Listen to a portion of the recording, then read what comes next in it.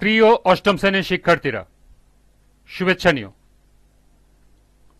আজকে আমি তোমাদের 2025 সালের বিজ্ঞান বিষয়ের নতুন বই থেকে 12তম অধ্যায় মহাকাশ ও উপগ্রহ এর অনুশীলনী থেকে সমাধান করে দেব। প্রথমে তোমাদের বলবো, যারা আমার চ্যানেলটি সাবস্ক্রাইব করো নাই তারা আমার চ্যানেলটি সাবস্ক্রাইব করবে এবং আমার সাথে থাকবে। তাহলে চলো আমরা ক্লাস শুরু করি।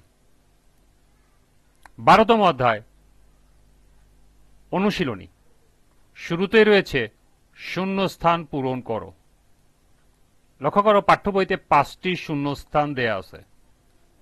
চলো এখন আমরা এই 5টি শূন্যস্থানের সমাধান দেখে নিই। 1.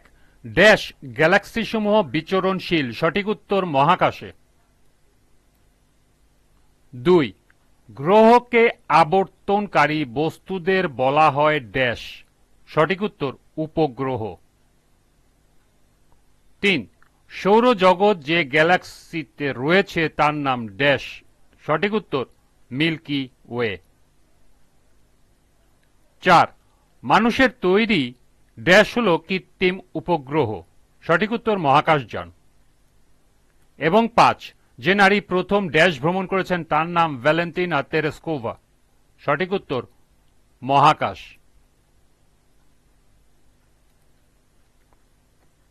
এরপর সংক্ষিপ্ত উত্তর প্রশ্ন। 1. মহাকাশ ও মহাশূন্যের মধ্যে পার্থক্য কি? 2. মহাবিশ্বের বিশালতা ব্যাখ্যা করো। 3. গ্যালাক্সি কি? আমরা কোন গ্যালাক্সিতে বাস করি? 4.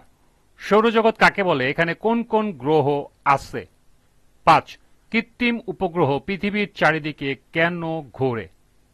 এবং 6. উপগ্রহ মানুষের অনেক কাজে লাগে, ব্যাখ্যা করো। তো চলো এখন আমরা এই 6টি প্রশ্নের সমাধান দেখে নিই।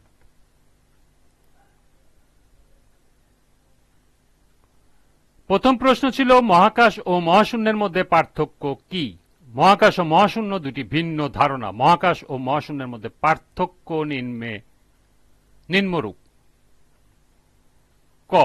মহাকাশ হল মহাবিশ্বের সেই অংশ যা পৃথিবী এবং অন্যান্য মহাজাগতিক বস্তুকে ঘিরে রেখেছে এবং সেখানে বিভিন্ন মহাজাগতিক প্রক্রিয়া অবিরামভাবে ঘটে চলেছে।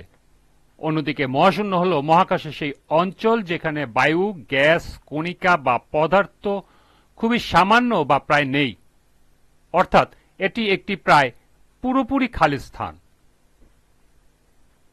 খ. মহাকাশে গ্রহ, নক্ষত্র, গ্যালাক্সি, ব্ল্যাক হোল ইত্যাদি থাকে। মহাশূন্য গ্যাসহীন, বায়ুহীন পরিবেশ। গ. মহাকাশ জ্যোতির্বিজ্ঞানিক বস্তু এবং শক্তিতে পরিপূর্ণ। অন্যদিকে মহাশূন্য প্রায় খালি স্থান। এবং সর্বশেষ, মহাকাশের শব্দ আসতে পারে নিম্ন বায়ুমণ্ডলে। অন্যদিকে মহাশূন্যে কোনো শব্দ আসতে পারে না। দ্বিতীয় প্রশ্ন ছিল, মহাবিশ্বের বিশালতা ব্যাখ্যা করো। এ সৃষ্টি জগতে যা কিছু আছে তার সবকিছু নিয়েই মহাবিশ্ব। মহাবিশ্বের বিশালতা এতটাই যে এটি মানুষের ধারণার বাইরে। আমরা যতটুকু দেখতে পারি তার ব্যাস প্রায় 93 বিলিয়ন আলোকবর্ষ, যেখানে এক আলোকবর্ষ সমান প্রায় 9.46 ট্রিলিয়ন কিলোমিটার। তবে পুরো মহাবিশ্ব এর চেয়েও অনেক অনেক বড়। এই মহাবিশ্বে রয়েছে আনুমানিক 2 ট্রিলিয়ন গ্যালাক্সি। এর মধ্যে একটি milky way galaxy. Milky way গ্যালাক্সিতে প্রায় 100 থেকে 400 বিলিয়ন নক্ষত্র রয়েছে, তার মধ্যে একটি হল সূর্য। সুতরাং মহাবিশ্ব এত বিশাল যে আমরা কেবল তার সামান্য একটি অংশ বুঝতে পেরেছি। বিজ্ঞানীরা প্রতিনিয়ত আরো নতুন তথ্য আবিষ্কার করছেন, কিন্তু পুরো মহাবিশ্বের গঠন ও বিশালতা এখনো আমাদের বোধের বাইরে রয়ে গেছে। তৃতীয় প্রশ্ন ছিল গ্যালাক্সি কি, আমরা কোন গ্যালাক্সিতে বাস করি। গ্যালাক্সি হলো নক্ষত্র, গ্রহ, গ্যাস, ধূলিকণা এবং অন্যান্য মহাজাগতিক বস্তুসমূহের একটি বিশাল সংগ্রহ যা মহাকর্ষ বলের মাধ্যমে আবদ্ধ থাকে। গ্যালাক্সির মূল উপাদান হল নক্ষত্র, গ্রহ, nebula, dark matter, black hole. গ্যালাক্সিগুলো মহাকাশে ঘুরে বেড়ায়। গ্যালাক্সির নক্ষত্রগুলো যত কাছাকাছি মনে হয় আসলে তা নয়, এরা পরস্পর থেকে অনেক দূরে। আমাদের বাসভূমি পৃথিবী যে গ্যালাক্সিতে অবস্থান তার নাম ছায়াপথ বা মিল্কি ওয়ে। এটি একটি স্পাইরাল গ্যালাক্সি বা ঘূর্ণি আকৃতির। এটি একটি সর্পিল গ্যালাক্সি এবং এর মধ্যে প্রায় 100 বিলিয়ন নক্ষত্র রয়েছে বলে ধারণা করা হয়। ব্যাস প্রায় 1 লাখ আলোকবর্ষ। আমাদের সূর্য এবং পৃথিবী রয়েছে গ্যালাক্সির একটি বাহুর দিকে যার নাম ওরিয়ন আর্ম। চতুর্থ প্রশ্ন ছিল সৌরজগৎ কাকে বলে, এখানে কোন কোন গ্রহ আছে।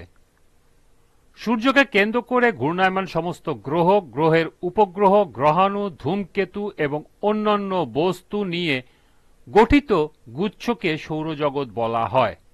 ব্যাপক অর্থে সৌরজগৎ হল সেই মহাকর্ষীয় অঞ্চল যেখানে আমাদের সূর্য এবং তার চারপাশে ঘূর্ণায়মান গ্রহ, উপগ্রহ, ধূমকেতু, গ্রহাণু, ধূলিকণা ইত্যাদি একত্রে অবস্থান করছে এবং মহাকর্ষ বলের দ্বারা একে অপরের সাথে যুক্ত। আমরা পৃথিবীতে থাকি যা এই বিশাল সৌরজগতের একটি ক্ষুদ্র অংশ মাত্র। সৌরজগতের মোট 8টি প্রধান গ্রহ রয়েছে, যথা বুধ, শুক্র, পৃথিবী, মঙ্গল, বৃহস্পতি, শনি, ইউরেনাস ও নেপচুন। পঞ্চম প্রশ্ন ছিল কৃত্রিম উপগ্রহ পৃথিবীর চারিদিকে কেন ঘোরে। কৃত্রিম উপগ্রহ পৃথিবীর চারিদিকে ঘোরে কারণ এটি পৃথিবীর অভিকর্ষ বল দ্বারা আকৃষ্ট হয় এবং একই সাথে একটি নির্দিষ্ট গতিতে চলে। অর্থাৎ ক, পৃথিবী একটি বিশাল ভরসম্পন্ন বস্তু, তাই তার কাছে মহাকর্ষ আকর্ষণ। কৃত্রিম উপগ্রহ যখন পৃথিবীর চারপাশে নির্দিষ্ট উচ্চতায় থাকে তখন পৃথিবীর মহাকর্ষ বল দ্বারা তাকে নিজের দিকে টানতে থাকে। এবং দ্বিতীয়টি হল কৃত্রিম উপগ্রহকে পৃথিবীর কক্ষপথে পাঠাতে হলে তাকে অনেক দ্রুত গতিতে ছোড়া হয়, সাধারণত প্রায় 28,000 কিলোমিটার পার আওয়ার বা তারও বেশি। এই গতিতে এমনভাবে ঠিক করা হয় যাতে উপগ্রহটি সরলরেখায় সরে যেতে চাইলেও পৃথিবী মহাকর্ষে তাকে বাঁকিয়ে আবার পৃথিবীর চারপাশে ঘুরিয়ে দেয়। এবং সর্বশেষ প্রশ্ন ছিল উপগ্রহ মানুষের অনেক কাজে লাগে, ব্যাখ্যা করো। উপগ্রহ মানুষের অনেক কাজে লাগে এবং আধুনিক জীবনে এক অপরিহার্য অংশ হয়ে উঠেছে। যেমন ক, উপগ্রহ থেকে পৃথিবীর বায়ুমণ্ডলের ছবি ও তথ্য পাঠানো হয়। এর মাধ্যমে ঘূর্ণিঝড়, বৃষ্টি, তাপ প্রবাহ, বন্যার পূর্বাভাস দেওয়া হয়। খ, টেলিভিশন সম্প্রচার, মোবাইল ফোন, ইন্টারনেট সবকিছুরই অধিকাংশ উপগ্রহের মাধ্যমে কাজ করে।